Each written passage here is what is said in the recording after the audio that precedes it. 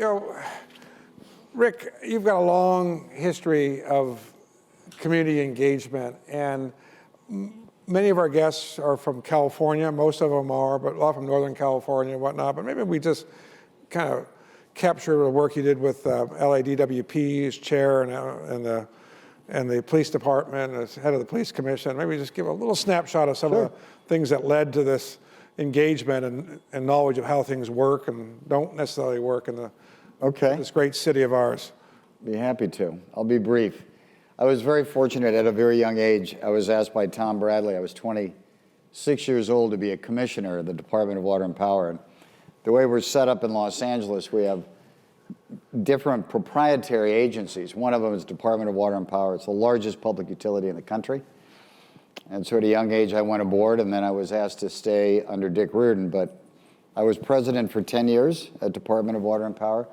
An amazing agency. You know, it's the agency that built Hoover Dam. It was regarded as the best and the brightest in the utility business for many years in the country.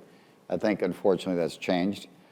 And then after that, I was asked to take over and be president of the police commission and be the police commissioner in LA. And the way that works in Los Angeles, unlike New York, the police commissioner reports to the mayor, the chief of police reports to the commissioner and the mayor. And at that time, what was happening in Los Angeles is we had a very, very popular chief of police, but he was a very, very bad manager. And we had crime spiking.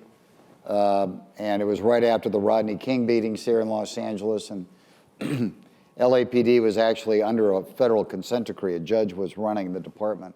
So I was able to turn that around, and I fired the very popular guy, which wasn't necessarily politically correct, and hired a gentleman named Bill Bratton. And together we were able to get crime down to levels not seen since 1950. It's extraordinary, the impact here. And I think if that story was widely known, there'd be a groundswell support for you on a statewide basis, just for having practical, real-life solutions. All right, January 7th, it was your birthday. Yes, sir. Yeah. You have a wonderful family of 4 kids. Our kids went to school together, and there's great kids, and a lovely wife, and you were probably going to get together, and then all hell broke loose. What was your first reaction when the fire? I mean, because it's just probably unbelievable, or? I mean. It was, yeah, Jamie, it started that morning. My son was on his way to our house. My son lives in the Palisades, daughter lives in the Palisades. We're in Brentwood. Was coming over to the house to use the gym and texted me. It was about 10 o'clock and said, "Pop, a small fire just broke out in the Palisades." And he actually showed me a picture in his rearview mirror that showed the fire behind him. You fast forward, we were getting together for family dinner for my birthday, and in Brentwood, you could see the fire on the ridge line. And then we were ordered to evacuate. We finished our dinner, and then we all left. About 10 o'clock that night, we went down to our home in Newport Beach, the whole family. About 10 o'clock that night, I got the call that my daughter's house burnt down. And it burnt down because, as everybody has heard now, the fire hydrants ran dry. And I got a call from one of our senior executives that was embedded in the command post. And when he called me to tell me that the neighborhood was on fire where my daughter lived because the fire hydrants went dry, I said, I just can't believe it. That just can't be true. And he said, no, it is true. The firefighters were all standing here, holding the hoses without any water. So I was angry. Yeah. And I called the news. I texted, actually, Alex Michelson. And I said, are you hearing this report? He said, no, we haven't heard of this. And he said, do you want to come on? And I said, yeah, I'd love to come on. And shared my thoughts about our mayor being out of the country and our fire hydrants being empty. Yeah, no, I was down in Australia, and I watched it on the news from there, and we couldn't believe it. Unbelievable, yeah. Grow up in the Palisades, went to Pali High, and we've seen fires before, but this one was on a scale that was unprecedented.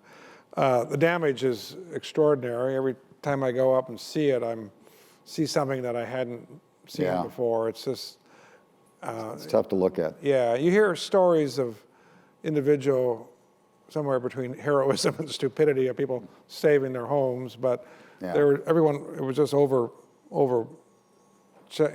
challenged by the fire. Well, the real question today is, how do we build back L.A., the Palisades, and as well as L.A. Tell us about your nonprofit, Steadfast, and what you're trying to achieve there. Yeah, so I formed a nonprofit called Steadfast LA because if you look at historical precedents of any kind of disaster of this scale, whether it's 9/11 or whatever the case may be, government can't do it alone.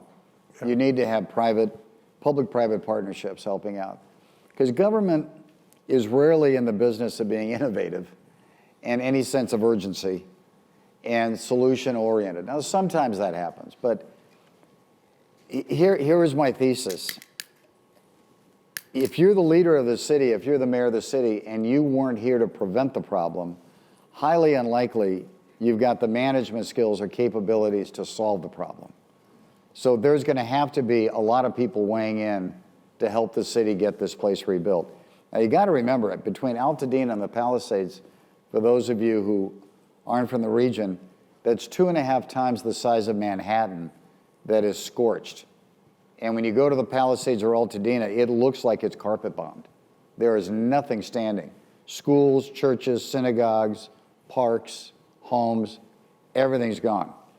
Now, with the exception of our project, which I'm sure Jamie will ask about, withstood the fire.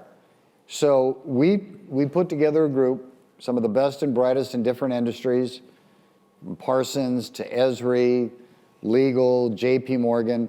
We're issues driven, roll up your sleeves, find solutions, give them to the city, the county, the state, and the federal government, and then push them to adopt and move forward. Singular goal, Jamie, get people in their homes as safely and quickly as possible.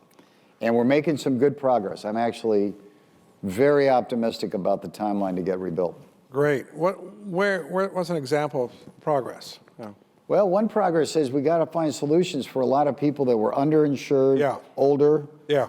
We put together a partnership with a firm called Samara that does production homes. We've got 100 production homes being donated by the very generous founder of Samara, who was also the founder of Airbnb. And Joe's putting up $15 million. We're going to raise $15 million against it. We got $30 million for these homes.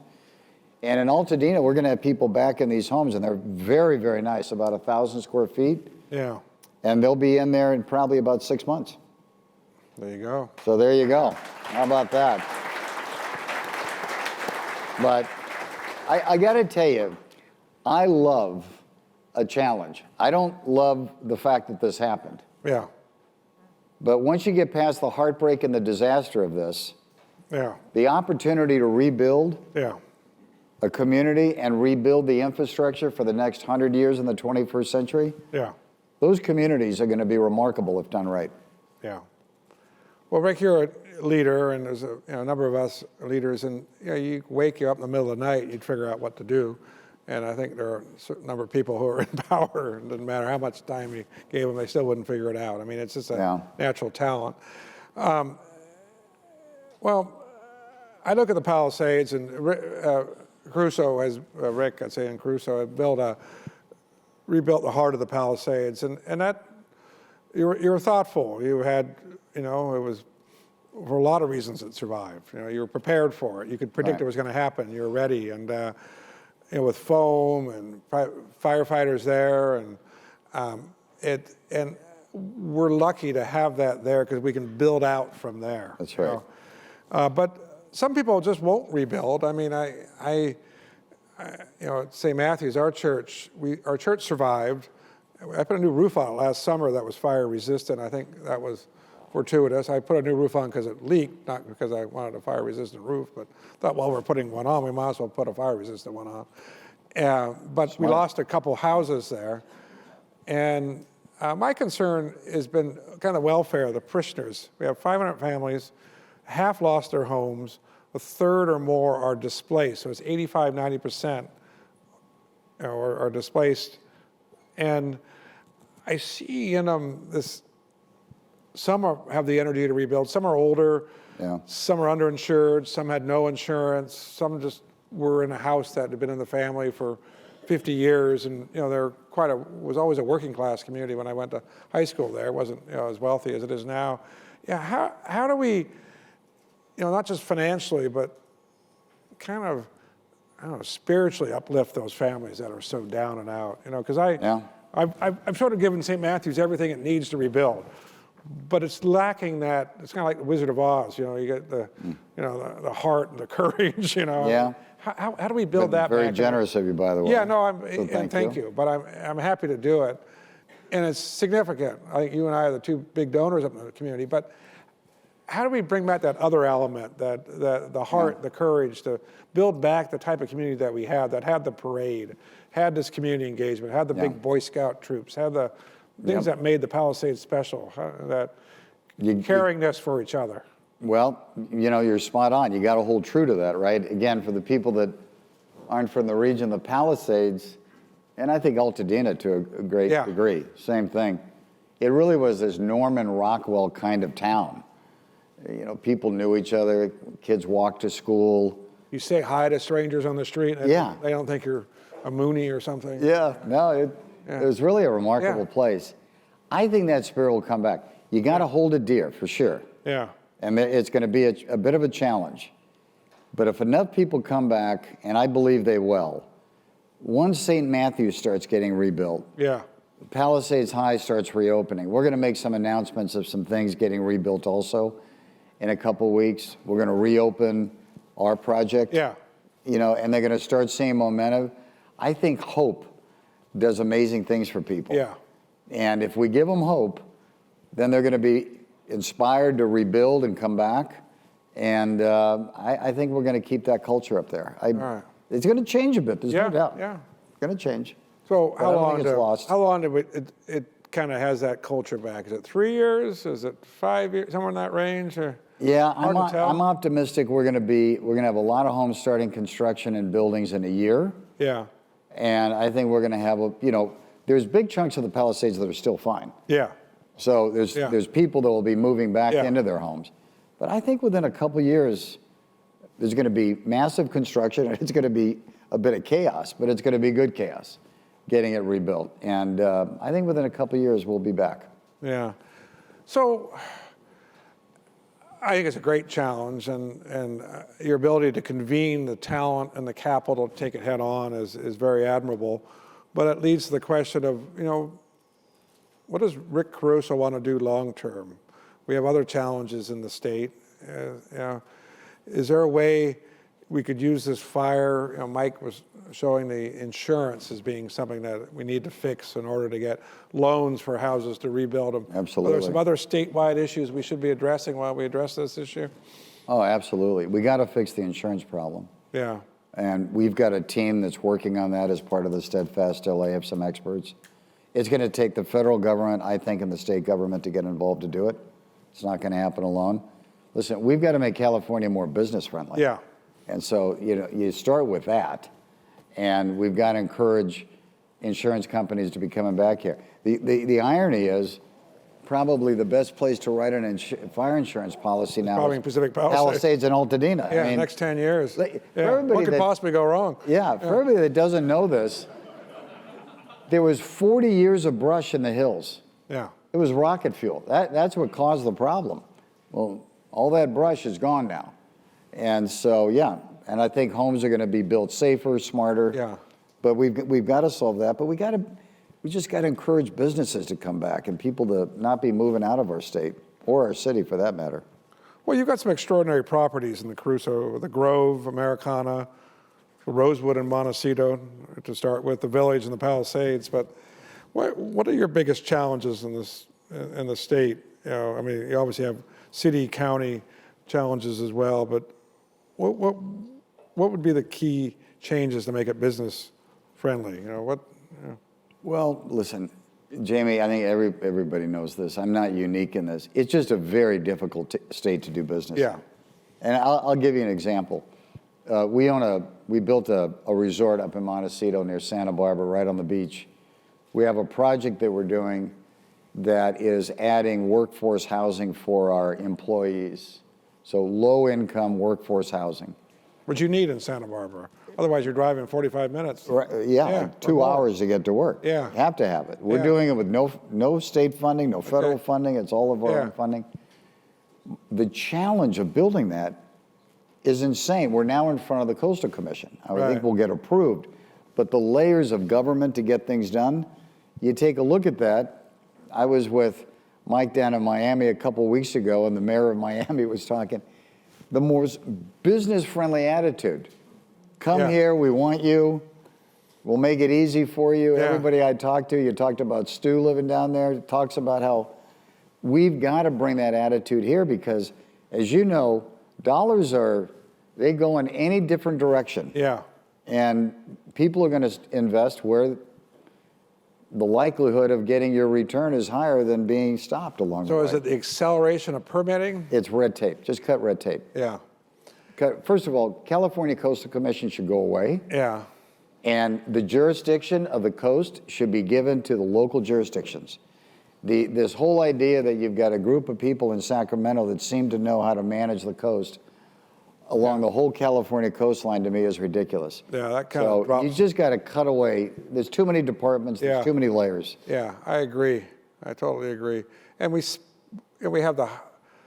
chosen in the state to have the highest energy costs, the highest construction costs, the Right. highest taxes, and the worst education system with Yeah. the decisions we made. And we're the 5th biggest economy.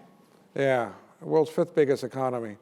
Mike, if you look at the education statistics, we're in the bottom quartile in every category except self-esteem. So I guess we Well, at least they feel good about themselves. yeah, that's why we have so many effective politicians. Well, it's probably why we got a big entertainment community. Exactly, but between the politics That's why and we have the Oscars. yeah, the Oscars, yeah, I got No lack of self-esteem there. no lack of self-esteem and politics and Hollywood.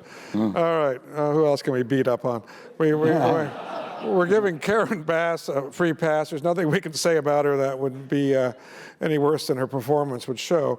But But you know, can I just okay. say one thing about that? Yeah. And we all know this in our businesses. It's not only the failure of leadership on her part, Yeah. but it's how that transcends in an organization. You have the head of DWP who hasn't been fired. I can't imagine why Yeah. she hasn't been fired. yeah, Who let that reservoir sit dry for a year. That's the water that goes into the hydrants. yeah. Never So check you- the hydrants. You have 1,000 broken hydrants and an empty reservoir. But you pick bad What could people. go wrong? Yeah.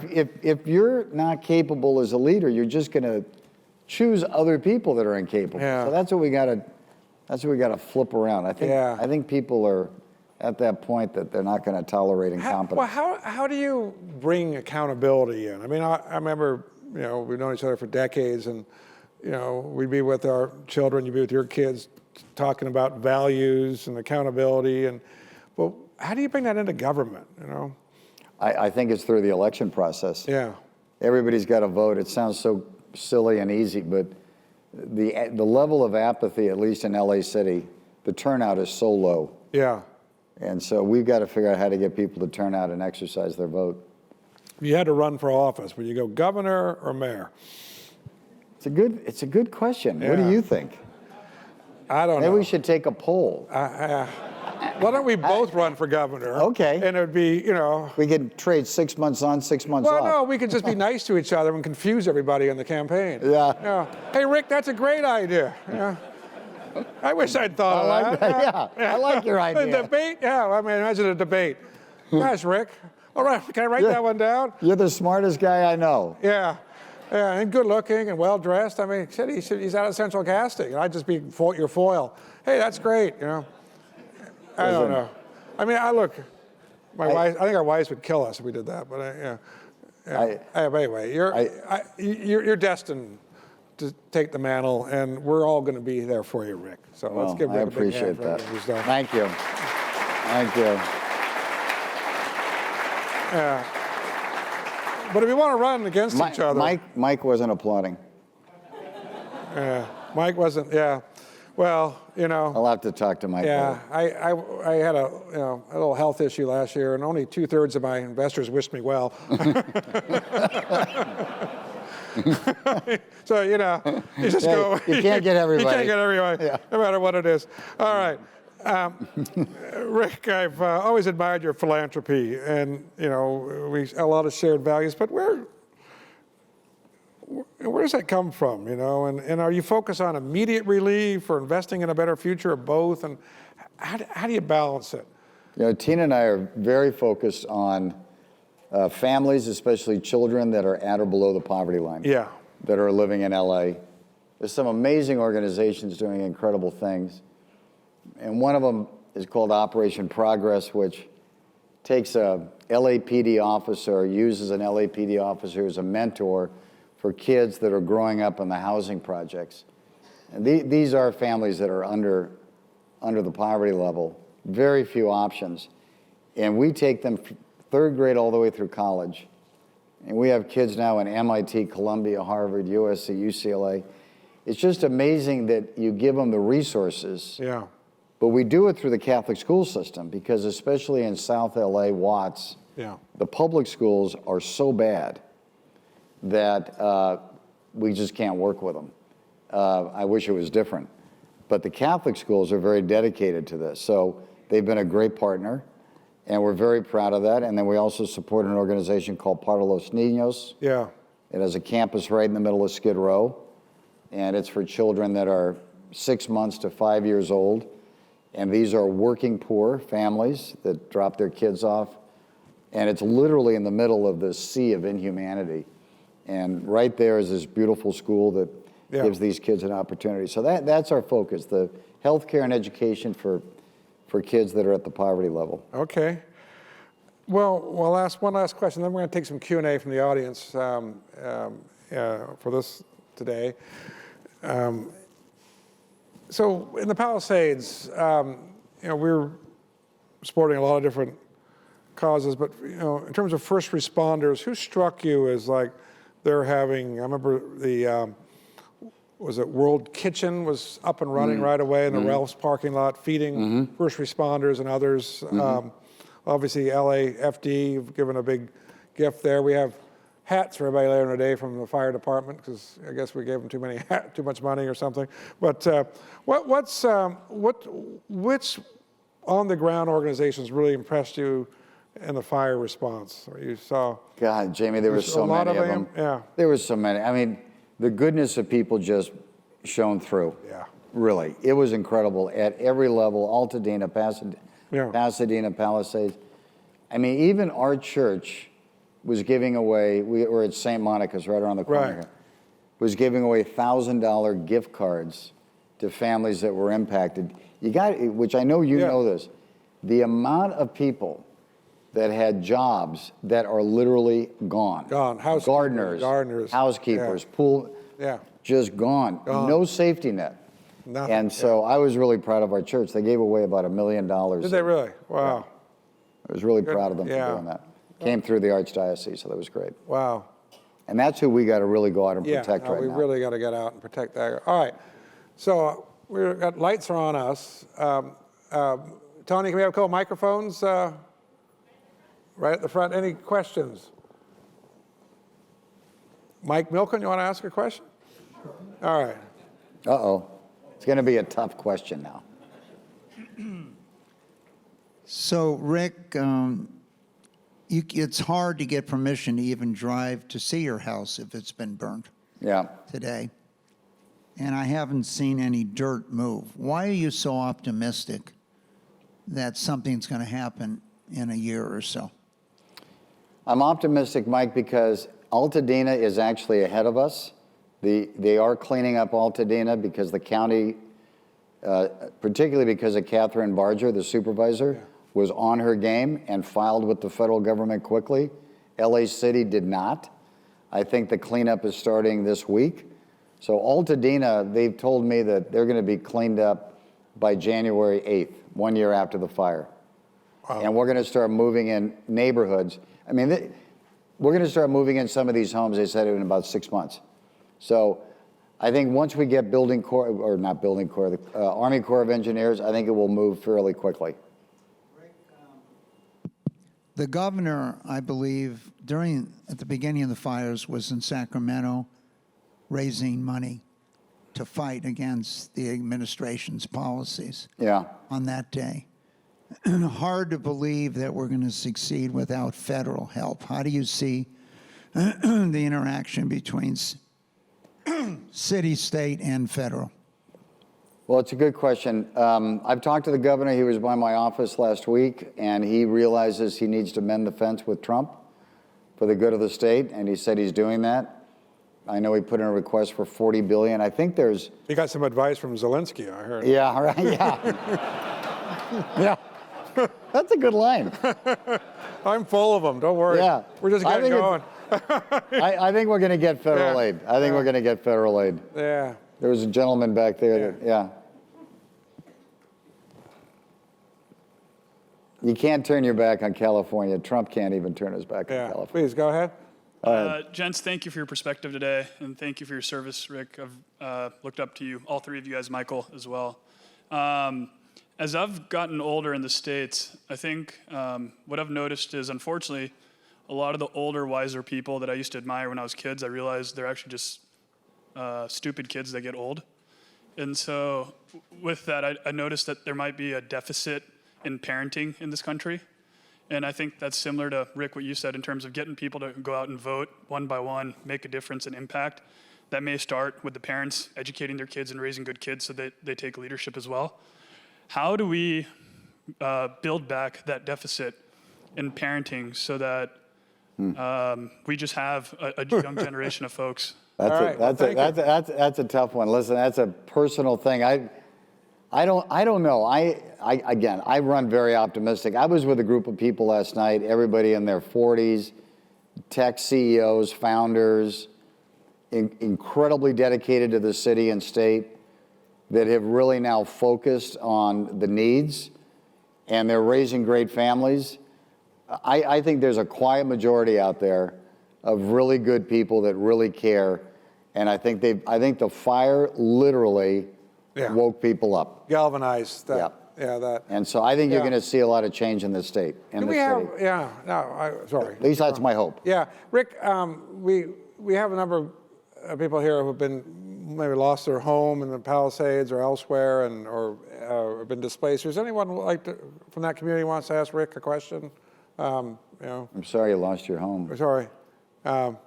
Please. There's someone. Yeah. Gentleman there. Yeah. Please introduce yourself too, if you. Hi, my name is Robert Trinkeller. I'm a longtime Palisadian, and thank you, Jamie, for inviting.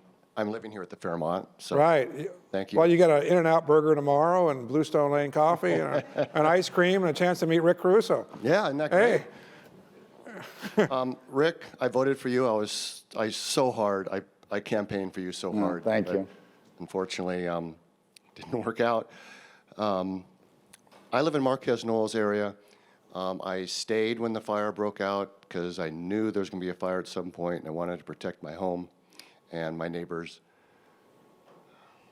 I ended up saving 4 or 5 neighbors' homes before the fire got to my house, and it caught on fire 3 times. I saved it. It's very damaged, a lot of wind damage, fire damage, smoke and ash. Anyway, my question is, certain neighborhoods have just been leveled. Other neighborhoods have more houses standing. Right. So, for example, in the Marquez Knolls area, the lower Marquez Knolls and the school, it's all destroyed. Up the hill, I'm about 900 feet up elevation. From my house up, there's probably 95% of the homes are standing. From my house down, about 95% are destroyed. Mm-hmm. And my question relates to the Army Corps and their phase 2 of clearing the lots. And I have not seen a lot of progress yet, but you did mention that Altonita got a head start on us. But just one of my questions, suggestions, and I don't know if you're the right guy, but I thought I'd throw it out there. And I don't know what prioritization the Army Corps is doing, but I'm aware of the city of LA granting either express permitting, or I don't know what the word is, if you're going to rebuild your house of the same size. I can tell you what the priority is, if that's the question. Okay. Thank you. Priority is, first of all, I'm sorry about your home being so damaged, but the first priority is schools, public areas, because they want to get the schools rebuilt. They've already cleaned up Pali High. Pali High has the money to rebuild and repair and get open, hopefully, for the next year. Marquez, the school in your neighborhood, which was completely destroyed, Fortunately, the school district floated a bond last year, and they are fully funded to rebuild that school. So here's the positive thing. Yeah. This community is going to have all new schools, all new churches, all new synagogues, all new rec centers, a new backbone of infrastructure, the best in class of communication system. We're pushing the city and the county to make sure they're undergrounding power lines, all of those kind of things. So there's going to be a lot of hell and agony to get through for a couple of years. But I'm telling you, when it's done, it's going to be an incredible community. So hopefully you have the patience to stick with it. Well, Rick, that's a great note to end on. And Rick will be happy to spend a few minutes here and say hello to a number of you. Rick, you have tremendous support from the innovation economy for whatever your goals are. We'll support you at Steadfast, and we'll support you in further pursuits. So thank you for joining us today. Thanks for having me. Let's give a Thank you. hand. Thank you.